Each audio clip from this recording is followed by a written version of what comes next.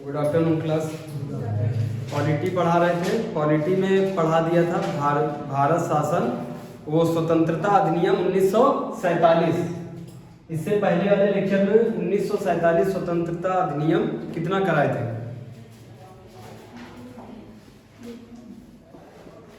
Polity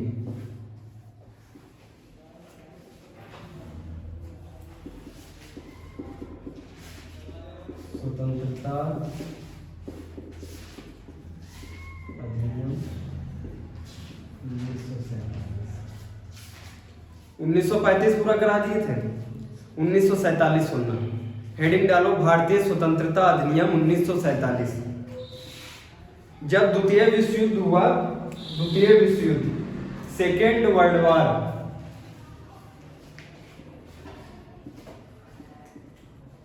second world war, देखना बहुत लोग कहते हैं गांधी जी ने देश आजाद करवाया।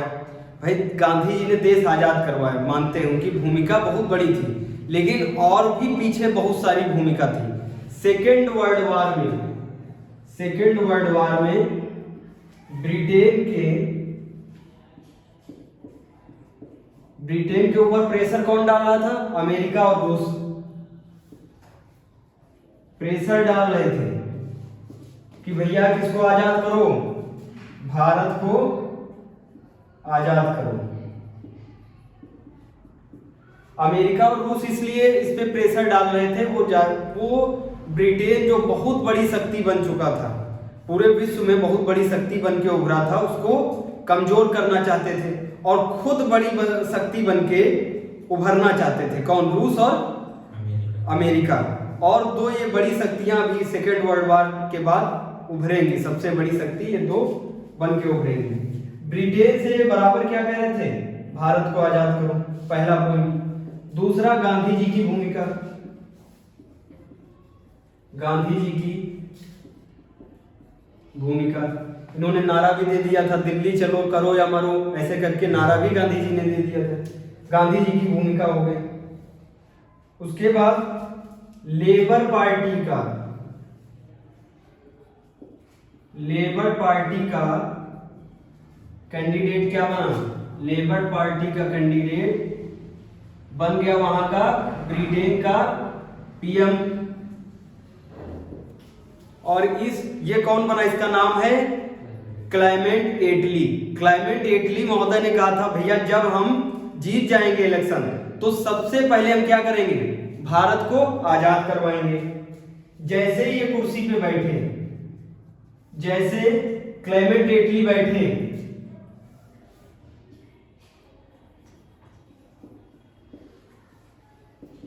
क्लेमेंट एटली बैठे, इन्होंने सबसे पहले क्या कहा कि भारत को आजाद कर दो, भारत को आजाद करो। इन्होंने कहा 20 फरवरी 1947 को, 20 फरवरी 1947 को इन्होंने घोषणा की कि भैया भारत को 30 जून को, 20 फरवरी को अनाउंस किया। 20 फरवरी 1947 को अनाउंस किया। वहां की लेबर पार्टी का जो पीएम बना उसका नाम है क्लेमेंट एटली। क्लेमेंट एटली महोदय ने अनाउंस किया कि भारत को कब आजाद कर दिया जाएगा? 30 जून 1947 को। यहां तक आ रहा समझ में? जिसको ना आया हो बताओ। भैया बिल्कुल सीधी बात है, सिंपल बात है कि भारत को आजादी किस प्रकार मिली। कोई मतलब मोस्ट ऑफ देम तुमको ये कहेंगे कि गांधी जी की भूमिका से मिली, मतलब गांधी जी आजाद कराएं। हाँ मानते हैं गांधी जी के बहुत सारे सहयोग रहे हैं, लेकिन उसके पीछे भी कई सारे तथ्य रहे हैं जो भारत को जिससे आजादी मिली। पहला, second world war. Second world war में प्रेशर अमेरिका और रूस प्रेशर किस पे डाल रहे थे? ब्रिटेन पे, कि भैया तुम भारत को आजाद करो, लगातार प्रेशर डाल रहे थे। और सेकेंड वर्ल्ड वॉर जीतेगा भी कौन?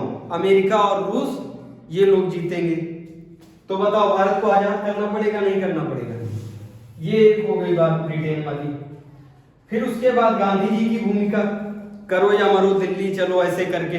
उसके बाद नावल सेना जो थी, नावल सेना, भारत की नावल सेना, उसने विद्रोह कर दिया। उसके विद्रोह, वो भी एक पॉइंट बना आजादी का। उसके बाद लेबर पार्टी का कैंडिडेट क्लाइमेट एटली बना प्रधानमंत्री ब्रिटेन का, और इसने पहले ही कह रखा था कि भैया अगर हम प्रधानमंत्री बन गए तो सबसे पहले हम भारत को आजाद कराएंगे। अब ये जब प्रधानमंत्री बन गए तो भारत को आजाद कराएंगे कि नहीं कराएंगे? इन्होंने घोषणा की, इन्होंने अनाउंस किया 20 फरवरी 1947 को, कुर्सी पे बैठने से पहले इन्होंने अनाउंस किया, 20 फरवरी 1947 को अनाउंस किया कि 30 जून 1947 को भारत को आजादी दिला दी जाएगी। यहां तक क्लियर है? जब इसको आजादी की बात यहां पहुंची भारत में, तो जिन्ना, मोहम्मद अली जिन्ना, मोहम्मद अली जिन्ना ने विद्रोह कर दिया कि भैया भारत को तो आजाद कर रहे हो, भारत में सबसे ज्यादा हिंदू हैं तो वो मुस्लिम को नहीं छोड़ेंगे, इसलिए हम मुस्लिम को एक अलग राष्ट्र दिया जाए, एक अलग स्वतंत्र राष्ट्र बना के दिया जाए। किससे कहा? ब्रिटेन वालों से कहा। ब्रिटेन वालों ने इनकी बात नहीं मानी, सिरे से खारिज कर दी। जब सिरे से खारिज कर दी तो इन्होंने डायरेक्ट एक्शन प्लान किया। डायरेक्ट एक्शन, डायरेक्ट एक्शन, प्रत्यक्ष कार्रवाई, हिंदी में प्रत्यक्ष कार्रवाई।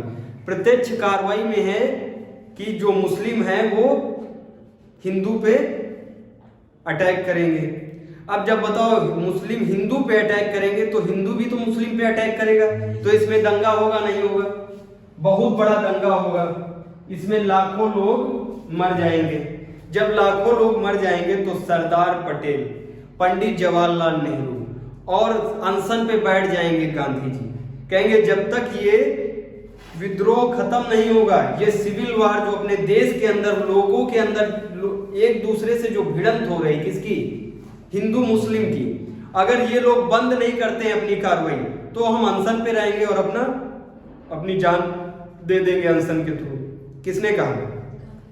गांधी जी ने। गांधी जी भैया हैं राष्ट्रपिता, उन्हीं की वजह से देश आजाद हो रहा है, तो बताओ उनको ये लोग मरने देंगे? नहीं मरने देंगे। इसलिए सरदार पटेल और पंडित जवाहरलाल नेहरू मान जाएंगे। किस लिए? किस वजह से मानेंगे? क्योंकि गांधी जी अनशन पे बैठे हैं। वो कह देंगे ठीक है भैया, मोहम्मद अली जिन्ना जी आपको एक स्वतंत्र राष्ट्र दे दिया जाएगा। और ये पंडित जवाहरलाल नेहरू, सरदार पटेल माउंटबेटन से कहेंगे कि इनको एक स्वतंत्र राष्ट्र दे दिया जाए। देश में मतलब इतना ज्यादा विद्रोह ना हो, लोग जिस हिसाब से मर रहे हैं, हिंदू मुस्लिम हो रहा है, ये ना हो, इनको एक अलग राष्ट्र दे दिया जाए। किसे कहेंगे? माउंटबेटन से। तब माउंटबेटन एक योजना बनाएंगे। माउंटबेटन एक कागज पे योजना बनाएंगे जिसको कहते हैं माउंटबेटन योजना। क्या कहेंगे उसको? माउंटबेटन योजना। उस माउंटबेटन योजना में लिखा है कि एक राष्ट्र होगा पाकिस्तान और एक होगा हिंदुस्तान, और इस हिंदुस्तान में भी बहुत सारे राजा हैं। इस हिंदुस्तान में बहुत सारे राजा हैं। अब ये सारे राजा विद्रोह करेंगे नहीं करेंगे? ये सारे राजा भी विद्रोह करेंगे कि भैया हमको भारत में नहीं मिलना है, हमको लोकतांत्रिक सरकार नहीं चाहिए, हमको राजतंत्र ही हमारा सही है। भाई राजा को राजतंत्र अच्छा लगेगा या लोकतंत्र अच्छा लगेगा? बताओ। लोकतंत्र में कोई किसी का बाप नहीं, कोई किसी के ऊपर नहीं है। अगर तुम गलत करोगे तो 5 साल के बाद जमीन पे होगे, समझ रहे हो? और राजतंत्र में राजा ही प्रमुख रहेगा, उसका जब बेटा आएगा वो प्रमुख रहेगा। तो बताओ, जब ये देश आजाद हुआ तो कितने लोग विद्रोह कर रहे हैं? एक तो मोहम्मद अली जिन्ना, इनको मनाना बहुत मुश्किल है भैया। गांधी जी बहुत प्रयास किए, इनको नहीं मना पाए। फिर सरदार पटेल जी जो बहुत ज्यादा बुद्धि से तेज थे, बहुत इंटेलिजेंट थे, वो हाथ पैर जोड़ डाले, बहुत प्रयास किए, लेकिन मोहम्मद अली जिन्ना अपनी बात से नहीं हट रहे। तो एक तो पक्का हो गया कि इनको तो पाकिस्तान देना पड़ेगा। हो गया क्लियर, नहीं हो गया? और दूसरे 560 देसी रियासत। देसी रियासत को कहते हैं प्रिंसली स्टेट इंग्लिश में। प्रिंसली स्टेट, राज्यों वाले स्टेट कितने हैं? 560। अब बताओ कितने हो गए? अपने भारत में ही कितने देश हो गए? 560 प्लस पाकिस्तान 561। अब बताओ ये जो भारत है इतना बड़ा, अगर इसको 561 भाग में बांट दिया जाए तो ये कितना रह जाएगा? सोचो, एक यूपी जितना है, यूपी उतना भी नहीं आएगा। आ पाएगा? उतना भी नहीं आ पाएगा।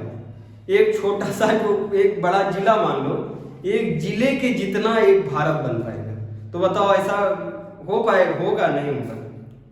इसमें पूरी दमखम कौन लगाएंगे? सरदार पटेल जी। सरदार पटेल जी को ये नक्शा चाहिए।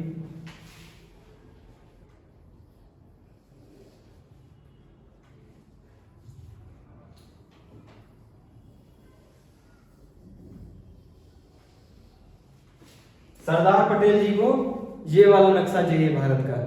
अब बताओ इतने बड़े ये जो बना हुआ है भारत का भाग, ये मतलब विभाजन से पहले जब पाकिस्तान विभाजित नहीं हुआ था तब कुछ ऐसा था। होगा? ऐसा नहीं होगा। अब इसको तो हम बांट दिए, चलो ठीक है, ये नहीं मान रहे तो इनको तो पाकिस्तान देना पड़ेगा, जिन्ना को पाकिस्तान देना पड़ेगा। लेकिन इसके अंदर भी 560 राज्य हैं, देसी रियासत है। अब इसको अगर हम 560 में बांटे तो ये कितना आएगा? पता देखो, इस तरह का नक्शा होगा भारत का। ये है भारत, कितना छोटा बचा। तो सरदार पटेल जी ने कसम खा ली कि हम इतने भागों में भारत को टूटने नहीं देंगे। और ये हर राजा के पास गए, उनको बहलाया फुसलाया, हर प्रकार से उनसे बातचीत की और किसमें सम्मिलित कर लिया? भारत में सम्मिलित कर लिया। इसमें माउंटबेटन ने भी योगदान किया। बताओ अखंड भारत निर्माण में किसके किसके योगदान है? क्वेश्चन में आंसर बताओ। अखंड भारत इसको कहते हैं भारत। इतने बड़े भारत के निर्माण में किसका किसका मुख्य योगदान है? सरदार पटेल और माउंटबेटन। क्लियर है? माउंटबेटन की भी बहुत बड़ा योगदान था। अरे भैया जब ये जाते हैं सरदार पटेल जी तो सबसे कहते हैं तू तो इतना रह जाएगा, इतना इतना। तो बताओ कोई भी तुमको देश कुचल के चला जाएगा? भाई छोटे हो गए, इतना बड़ा कोई देश है तो उसको कुचलना कितना आसान है। पाकिस्तान ही अटैक कर देगा। उनको हर प्रकार से समझाएंगे। और इसमें 560 में 560 3 माइनस करें 57 मान जाएंगे, लेकिन 3 नहीं मानेंगे। 3 कौन से नहीं मानेंगे? हैदराबाद, जूनागढ़ और J&K, ये नहीं मान रहे। इनसे बहुत प्रयास करेंगे सरदार पटेल, बहुत समझाएंगे, लेकिन ये कहते भैया तुम यहां से चले जाओ, नहीं तो हम तुम्हारे ऊपर अटैक कर देंगे। तो बताओ अभी तो सही से भारत बन भी नहीं पाया है, पहले ही झगड़ा हो रहा है। तो बताओ ये कोई जुगाड़ निकालेंगे? नहीं निकालेंगे। पहले ये कहेंगे ठीक है बाबू 557 तुम आओ पहले अंदर। 557 को मिलाया, विलय किया। उसके बाद अब कितना प्रेशर किसका किसका रह गया? हैदराबाद, जूनागढ़, जम्मू कश्मीर। जब देश आजाद हो जाएगा इसको लाठियों से पिटवाएंगे, हैदराबाद को लाठी चार्ज करवाएंगे। किस पे? हैदराबाद पे। तो बताओ लाठी चार्ज से भारत में कौन मिला? हैदराबाद। ये जो लाठी चार्ज करेंगे इसको देख के जूनागढ़ यहाँ पे, इस लाठी चार्ज को देख के ये है हैदराबाद।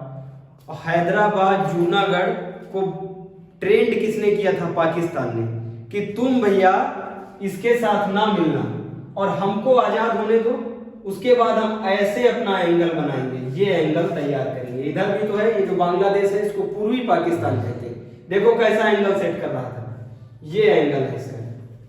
और जम्मू कश्मीर को भी अपने में ले लेंगे। और मांग क्या रखी थी, इसके बीच से हमको रोड चाहिए, भारत के बीच से चाहिए, पूर्वी पाकिस्तान जाने के लिए एक रोड चाहिए, पाकिस्तान ने ये मांग रखी थी। तो बताओ है दिमाग का काम कर रहा नहीं कर रहा? भाई इसको सेंटर अपना बनाएगा हैदराबाद को, जूनागढ़ में भी सेंटर बना लेगा, पूर्वी पाकिस्तान उसको बंटवारे में मिला है, यहाँ पे जम्मू कश्मीर को कब्जा कर लेगा, इसमें भारत बचाएगा। बताओ इस चारों तरफ से अगर अटैक कर दे ऐसे तो भारत पूरा जीता जा सकता है, नहीं जीता जा सकता? इसको होने देंगे सरदार पटेल जी? पंडित जवाहरलाल नेहरू और सरदार पटेल बैठ के रात भर दिमाग लगाएंगे और सुबह सरदार पटेल की बात सब मानते थे, पंडित जी की बात ज्यादातर नहीं मानते थे, लेकिन सरदार पटेल जी की बहुत उस समय मतलब बहुत रौब था उनका और सब मानते थे, और बहुत सत्यवादी इंसान, बहुत ही मतलब जबरदस्त इंसान थे, उनको लौह पुरुष भी कहा जाता है।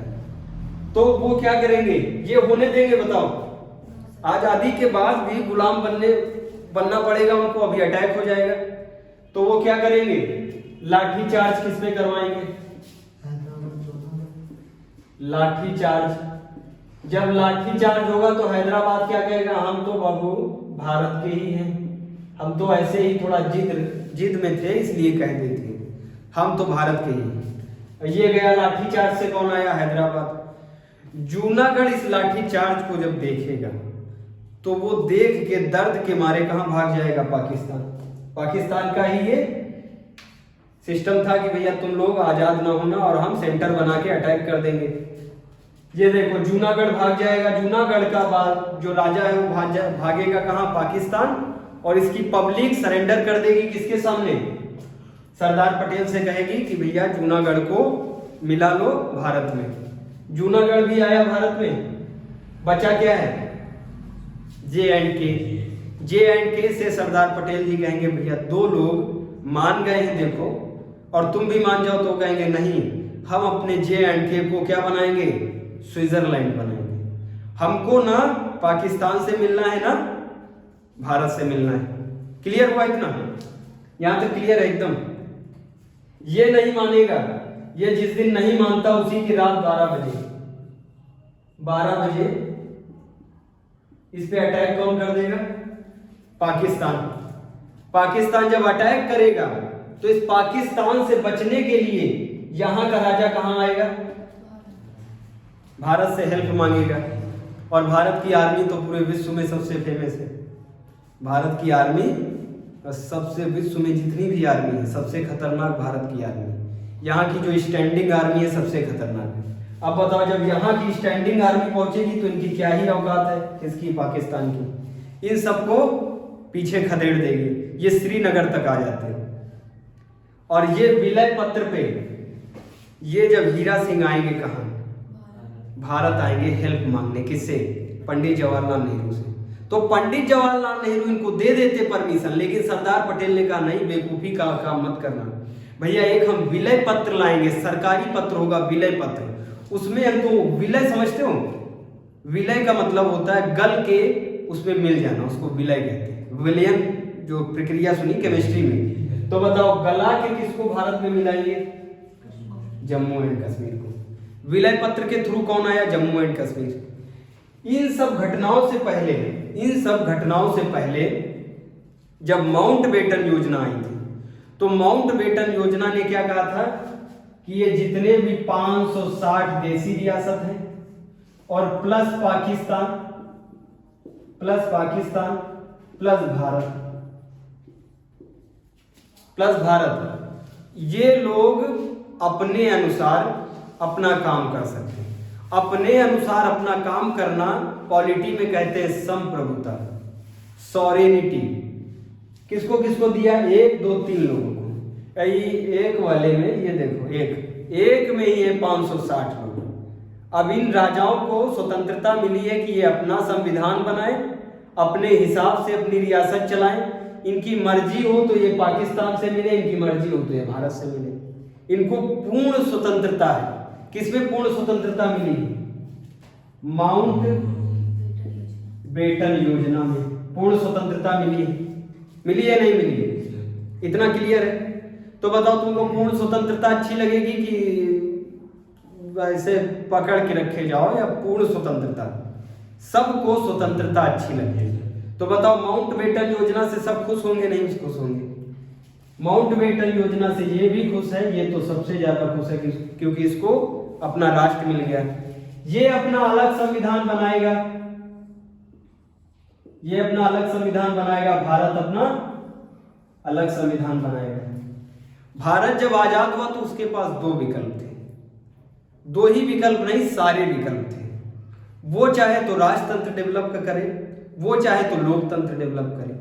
अब बताओ राजतंत्र अच्छा होता है या लोकतंत्र अच्छा होता है? लोकतंत्र बहुत अच्छा होता, पूरी दुनिया इसे अप्लाई करती। तो बताओ भारत भी तो इतने सालों से सीख रहा है लोकतंत्र ही, उसके वहां 200 साल से चल रहा है। तो बताओ लोकतंत्र अपनाएगा या राजतंत्र? अरे भैया वो राजतंत्र अपनाएगा भी तो राजा किसको बनाएगा बताओ? अगर किसी को राजा बना दिया और राजा का बेटा आया और वो निरंकुश हुआ, वो खतरनाक हुआ, तो वो फिर से गड़बड़ कर देगा, कर देगा नहीं कर देगा? इसीलिए भारत क्या अपनाएगा? लोकतंत्र। जिन्ना है एक नंबर का बेवकूफ, वो जब देखेगा ये लोकतंत्र अपना रहे मतलब बहुत कुछ बहुत बढ़िया बात है, बहुत बहुत जबरदस्त चीज है, तो वो सोचे सिर खुजलाएगा, कहेगा हम भी लोकतंत्र अपनाएंगे। अब इसको पता चला कि अगर हम लोकतंत्र अपनाएंगे तो लोकतंत्र में कुछ बातें होती हैं। एक तो लोकतंत्र में 5 साल पे इलेक्शन होगा, प्रत्यक्ष इलेक्शन होगा 5 साल पे, और जनता ही अपने लिए शासक को चुनेगी। जनता पे जनता का शासन क्या कहते हैं? लोकतंत्र। जब जनता पे ही जनता का शासन, अरे भैया जनता के बीच से ही एक कैंडिडेट चुना जाएगा जो पूरे देश को चलाएगा। तो बताओ जनता पे जनता का शासन हुआ नहीं हुआ? जनता पे जनता के शासन को क्या कहते हैं? लोकतंत्र। जनता पे जनता का शासन, और जनता पे जनता का शासन कब तक चलेगा? 5 साल तक। फिर जनता चुनेगी किसी अपने कैंडिडेट को, इसी को कहते हैं गणतंत्र। प्रत्येक 5 साल पे इलेक्शन होगा, डायरेक्ट इलेक्शन, और कैंडिडेट चुना जाएगा। क्लियर हुआ? ये सब चीजें राजतंत्र में होती हैं, ये सब चीजें राजतंत्र में नहीं होती। और इस लोकतंत्र में एक किताब होगी जिसे दस्तावेज कहते हैं। एक दस्तावेज होगा जिसको देख के, एक दस्तावेज होगा, एक बुक होगी जिसको देख के वहां का जो जनता ने अपने ऊपर शासन करने के लिए चुना है, वो किताब देख के शासन चलाएगा, अपनी मर्जी से शासन नहीं चलाएगा। अब लोकतंत्र की सिस्टम समझ में आ रहा है? लोकतंत्र किसको कहते हैं? तो बताओ भारत क्या अपनाया? लोकतंत्र। पाकिस्तान ने भी क्या अपनाया? लोकतंत्र अपनाया। क्लियर हुआ? बताओ ये देसी रियासत जो है, ये 560 जो देसी रियासत है, ये लोकतंत्र अपनाएंगी? भैया लोकतंत्र में देख रहे हो राजा बदलेगा 5 साल के बाद। अब कोई राजा ये चाहेगा कि हम 5 साल के बाद बदल जाएं? ये लोग अपनाएंगे? नहीं अपनाएंगे। लेकिन इनको बहलाएगा फुसलाएगा, मतलब इनको बुद्धि कौन देगा? सरदार पटेल। सरदार पटेल इसमें से 557 लोगों को बुद्धि देके अपने में मिला लेंगे। 3 रह गए, हैदराबाद, जूनागढ़ और जम्मू कश्मीर। इनको सिस्टम बना के भी अपने अंडर में ले लेंगे। क्लियर हुआ? अब यहाँ पे जब देश, मतलब ये जो माउंटबेटन योजना आई थी, इसमें पाकिस्तान ने मांग रखी, कहा हमको एक तो पश्चिमी भाग चाहिए, पश्चिमी भाग में सबसे ज्यादा मुस्लिम थे। यहाँ पे इलेक्शन हुआ था, समझना, यहाँ पे इलेक्शन हुआ था, क्षेत्र का इलेक्शन हुआ था। जिस क्षेत्र से मुस्लिम सीट ज्यादा निकलेंगी उस एरिया को किसके अंडर कर दिया जाएगा? पाकिस्तान के अंडर। तो बताओ इस साइड में सबसे ज्यादा मुस्लिम है, तो वोट सबसे ज्यादा किसको मिलेगी?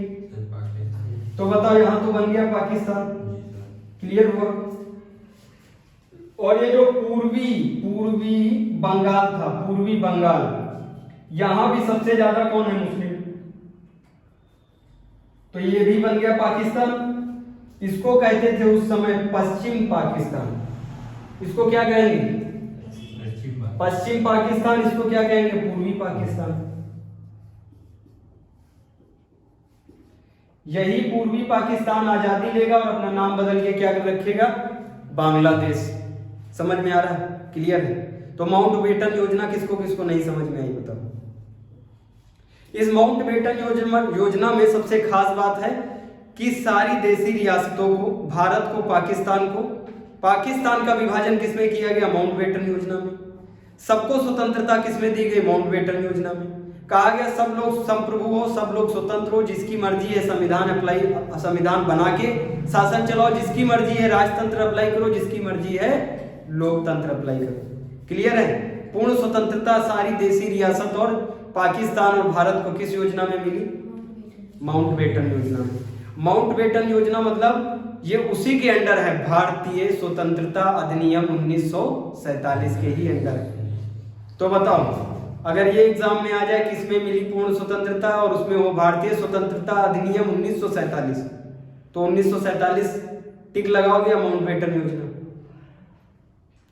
अरे भैया भारतीय स्वतंत्रता जो अधिनियम है 1947 उसमें कई सारे पॉइंट हैं, लेकिन स्पेशल स्वतंत्रता किसमें मिली है, माउंटबेटन योजना में। क्लियर हो रहा है, कोई दिक्कत, ये सब नोट डाउन करो।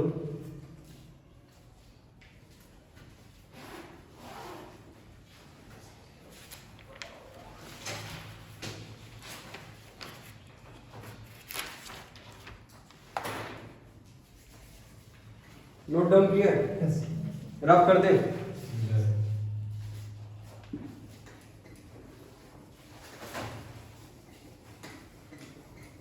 समझ में आ रहा है, किसी को ना समझ में आ रहा है बताओ।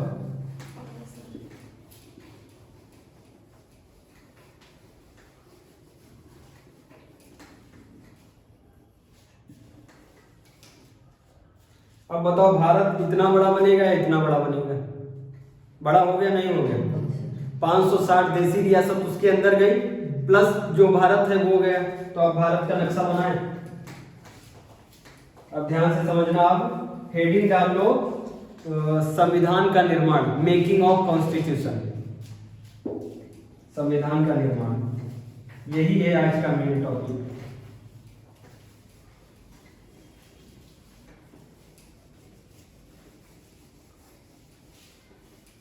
बताओ सब लफड़ा खत्म हुआ नहीं हुआ।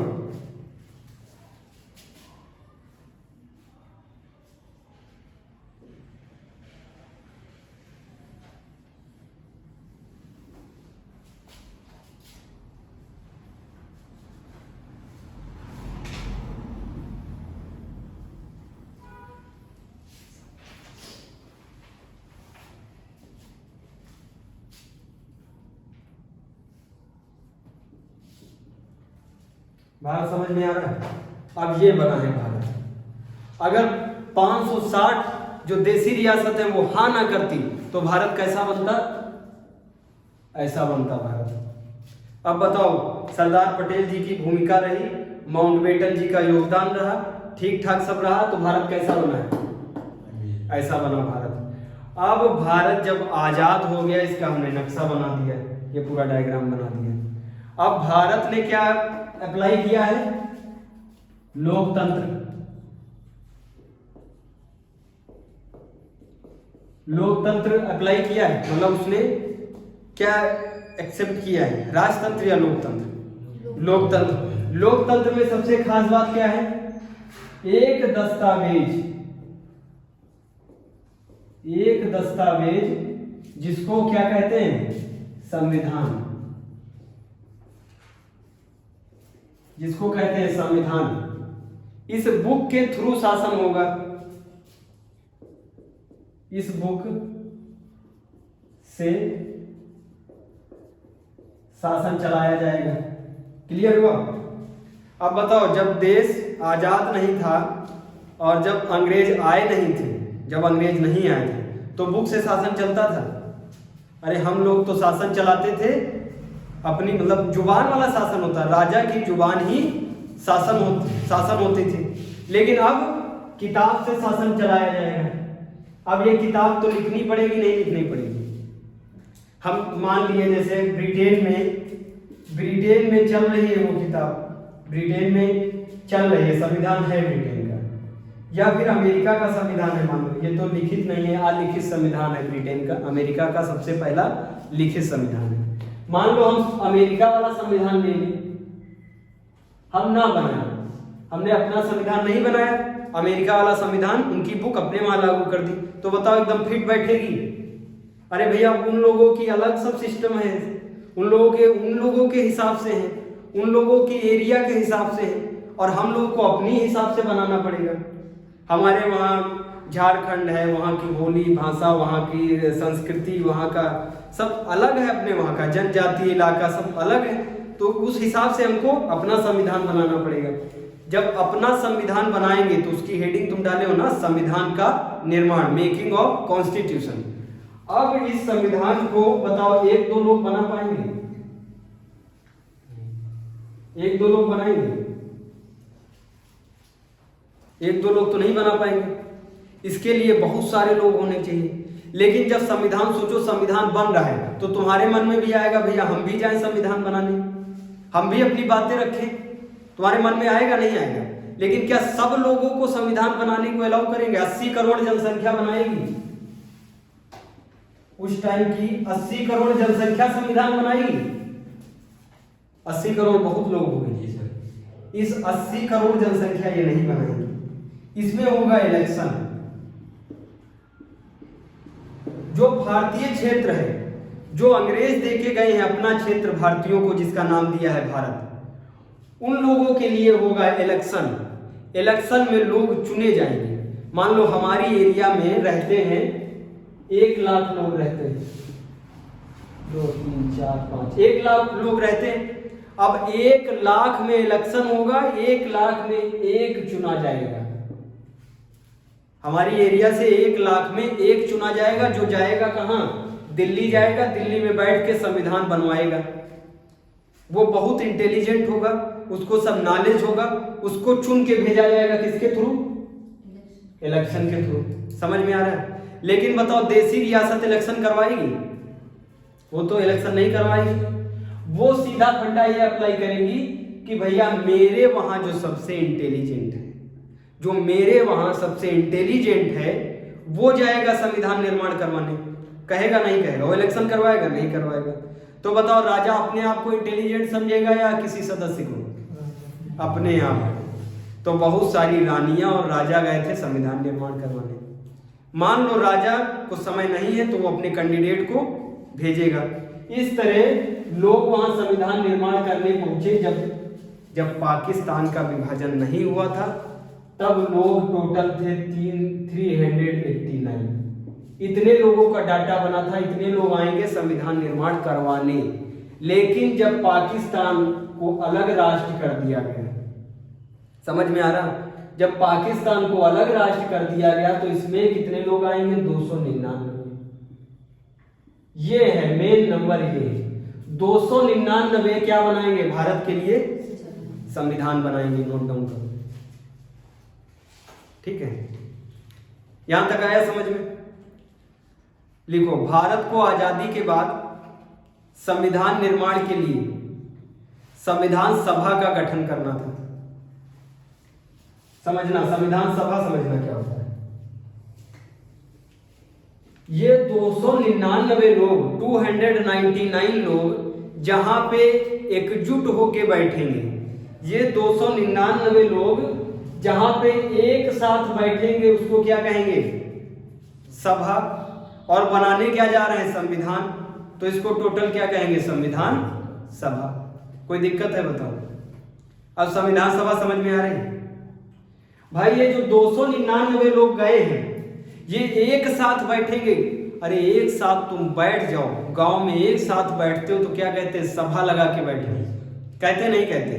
अरे 2-3 लोगों से ज्यादा अगर लोग हैं तो दूसरा इंसान क्या कहता है? भैया उठो, सभा लगा के ना बैठो। जब ज्यादा लोग बैठते हैं तो जनरली हम क्या कहते हैं? सभा। और जिस काम के लिए ये सब बैठे हैं वो काम कौन सा है? संविधान निर्माण। तो इसको क्या कहेंगे? संविधान सभा। तो बताओ संविधान सभा में कितने मेंबर है? सिंपल, एग्जाम में आ जाए तो कितने मेंबर थे? लेकिन एक बात सुनना, जब ये देश आजाद नहीं हुआ था तो एक महोदय थे, उनका नाम था M.N. राय। M.N. राय नाम था। उन्होंने कहा था 1934 में, 1934 में, ध्यान से सुनना, इनका नाम क्या, अभी देश आजाद नहीं हुआ, 1934 में देश आजाद हुआ नहीं हुआ। इस समय एक महोदय है जिनका नाम है M.N. राय। M.N. राय ने कहा कि जब मतलब अब मेरे देश के लिए, भविष्य निर्माण के लिए एक बुक अलग से बननी चाहिए, उसका नाम संविधान होना चाहिए, और उस संविधान को बनाने के लिए एक सभा होनी चाहिए। तो बताओ संविधान सभा की पहली परिकल्पना किसने रखी? M.N. रॉय ने। कब रखी? 1934 एग्जाम में पूछा गया। क्लियर हुआ? फिर एक साल के बाद इन्हीं की बातों को देख के Indian national Congress, Indian national Congress, M.N. Roy की उनको बात अच्छी लगी तो उन्होंने आधिकारिक रूप से परिकल्पना किसने करी? ये हवाबाजी किसने की? M.N. रॉय ने। लेकिन ऑफिशियल तरीके से, ऑफिशियल तरीके से मतलब आधिकारिक रूप से, आधिकारिक रूप से संविधान सभा को किसने कहा कि संविधान सभा होनी चाहिए? इंडियन नेशनल कांग्रेस, भारतीय राष्ट्रीय कांग्रेस डालो। कब? 1935 में, 1935 में। क्लियर हुआ भाई? इन्होंने क्या कहा? भारत के संविधान निर्माण के लिए कोई एक दो लोग नहीं होंगे, कोई एक बंदा भारत का संविधान नहीं लिखेगा, उसके लिए एक सभा होगी जिसका नाम क्या होगा? संविधान सभा। क्लियर है? सबसे पहले हवाबाजी किसने की? M.N. रॉय ने। उसके बाद आधिकारिक रूप से किसने कहा? Indian national Congress. और इसी कांग्रेस ने तो देश आजाद करवाया था। इसी कांग्रेस की भूमिका से तो देश आजाद होगा। और ये पहले आधिकारिक रूप से क्या कह चुकी है? संविधान सभा होना चाहिए। तो बताओ, जब देश आजाद हो गया और संविधान निर्माण होने जा रहा तो संविधान सभा बनेगी नहीं बनेगी? केवल पंडित जवाहरलाल नेहरू संविधान बना देंगे? केवल अंबेडकर जी अकेले संविधान बना देंगे? तो बताओ, अंबेडकर जी ने अकेले संविधान बनाया है? नहीं बनाया। लेकिन जो प्रारूप समिति थी, मतलब मेन जो था उसका काम, वो किसको सौंपा गया था? अंबेडकर जी को। अब यहां संविधान सभा तक समझ में आया? स्वतंत्र भारत के संविधान सभा में कितने सदस्य थे? 299। भूलोगे तो नहीं, एकदम क्लियर है। अब ये 299 लोग क्या बनाएंगे? संविधान बनाएंगे। अब ये 299 लोग अलग अलग उसमें बांटे जाएंगे। अब ये 299 लोग अगर खचपच एक साथ बोलने लगेंगे तो बताओ संविधान निर्माण हो पाएगा? नहीं हो पाएगा। इसीलिए इनको कई भागों में बांटा जाएगा। भाई 7 लोगों से कहा गया कि तुम संविधान की डिजाइनिंग करोगे। तुम क्या करोगे? संविधान की डिजाइनिंग करोगे। 8 लोगों को कहा गया कि तुम संविधान का प्रारूप तैयार करोगे। इन अलग अलग जो लोगों को बांटा जा रहा है, इसको क्या बोलेंगे? समितियां। समितियां बोलेंगे? नहीं बोलेंगे? क्लियर है? अब आगे लिखना। ये तो तुमको जल्दी जल्दी बता दिए, अब एकदम पॉइंट टू पॉइंट लिखते जाओ। जब भी सभा की बैठक, संविधान सभा पर सबने लिख लिया?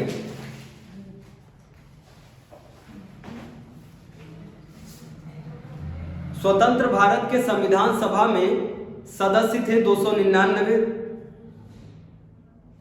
उस समय संविधान सभा 2 काम करती थी, ध्यान देना। उस समय संविधान सभा 2 काम करती थी, क्योंकि भैया अंग्रेज तो अब जा चुके हैं, तो कानून भी कौन बनाएगा? यही 299 कानून भी बनाएंगे और यही 299 संविधान भी बनाएंगे। यही 299 जब कानून बनाएंगे और यही 299 संविधान भी बनाएंगे, तो 2 काम हुए नहीं हुए? अलग अलग दिन, मतलब एक साथ नहीं।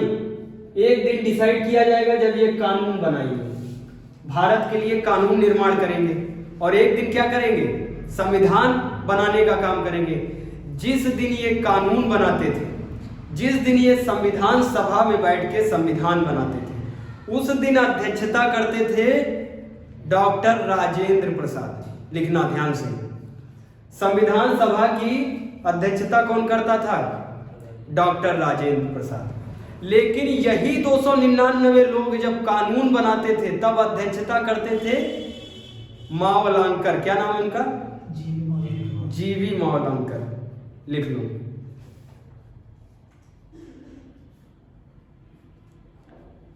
तो बताओ, स्वतंत्र भारत की पहली संसद पूछी जाए तो किसको कहोगे? स्वतंत्र भारत की पहली संसद, संसद का मतलब कानून बनाने वाली इकाई। तो कानून सबसे पहले बनाना किसने स्टार्ट किया? संविधान सभा ने। जब ये कानून बनाती थी तब अध्यक्षता कौन करता था? जीवी मावलंकर। जब ये संविधान बनाते थे तब अध्यक्षता कौन करता था? डॉक्टर राजेंद्र प्रसाद। क्लियर हुआ? संविधान सभा में 299 लोग थे। संविधान बनने में 2 साल, लिखना, संविधान बनने में 2 साल 11 महीने 18 दिन लगे। संविधान बनने में 2 साल 11 महीने 18 दिन। 2 साल 11 महीने 18 दिन। फिर रिपीट कर रहे हैं, 2 साल 11 महीने 18 दिन लगे। 2 साल 11 महीने। अरे बाबू, तुमको ये ना याद रहे तो एक दिमाग में रख लो, लगभग 3 साल लगे। 3 साल तो याद रहेगा। अरे एक कितना ही फर्क रह गया उसमें। लेकिन ये डाटा याद रहे तो इंटेलिजेंट कहे जाओगे कि भैया इसको एक एक डाटा याद है। टोटल कितनी बैठकें हुई? 11 बैठक हुई। 2 साल 11 महीने 18 दिन में कितनी बैठक? 11 बैठक संविधान बनाने में। टोटल खर्चा कितना आया? 64 लाख का। अरे ना याद रहे कोई बात नहीं, 64 लाख का खर्चा आया। खर्च कितना आया? 64 लाख का। दिन कितने लगे? 2 साल 11 महीने 18 दिन। कितने मेंबर बैठ के संविधान बना रहे हैं? 299। 299 एक साथ बैठेंगे तो उसको सभा कहोगे। संविधान बना रहे हैं तो संविधान सभा कहोगे। क्लियर है? नहीं क्लियर है? इन लोगों को बताओ, 299 लोगों को संविधान बनाने में कितना समय लग गया? 2 साल 11 महीने 18 दिन। 299 लोग संविधान बना रहे और लगातार संविधान बना रहे। मतलब डेली आते, चाय वाय पीते, नाश्ता करते, संविधान लिखना शुरू। उन्होंने एक पेज पेश किया। और लेकिन इसमें होता क्या था? इसमें जैसे उन्होंने कोई अपनी अपनी बात सब रखते थे, अपनी बात रखी, लेकिन वो भारत के हिसाब से फिट नहीं बैठ रहे तो बात काट दी जाती थी। फिर दूसरे दिन अपनी बात रखते थे, फिर सही नहीं बैठ रही तो बात काट दी जाती थी। अब इस तरह बात पूरी सबमिट होने में कितना दिन लग गया? 2 साल 11 महीने 18 दिन। अब ये वहां पे पान पुकार, चाय पानी, अरे खाना वाना खाएंगे, सरकारी इंसान है ये, तो बताओ कितना खर्चा आ गया इस समय? कितने तो पेज सब जोड़ेंगे ये कि इतनी किताबें, इतनी तो कॉपियां लग गई, इतनी किताबें लग गई पढ़ने में, उसको लिखने में। सब टोटल खर्चा कितना आया? 64 लाख का। बैठकें कितनी की? 11। टाइम हो गया। कल यहीं से एकदम ये 11वीं बैठक से यहीं से स्टार्ट करेंगे। क्लियर है? यहाँ तक आया सबको समझ लो और नोट डाउन कर लिया?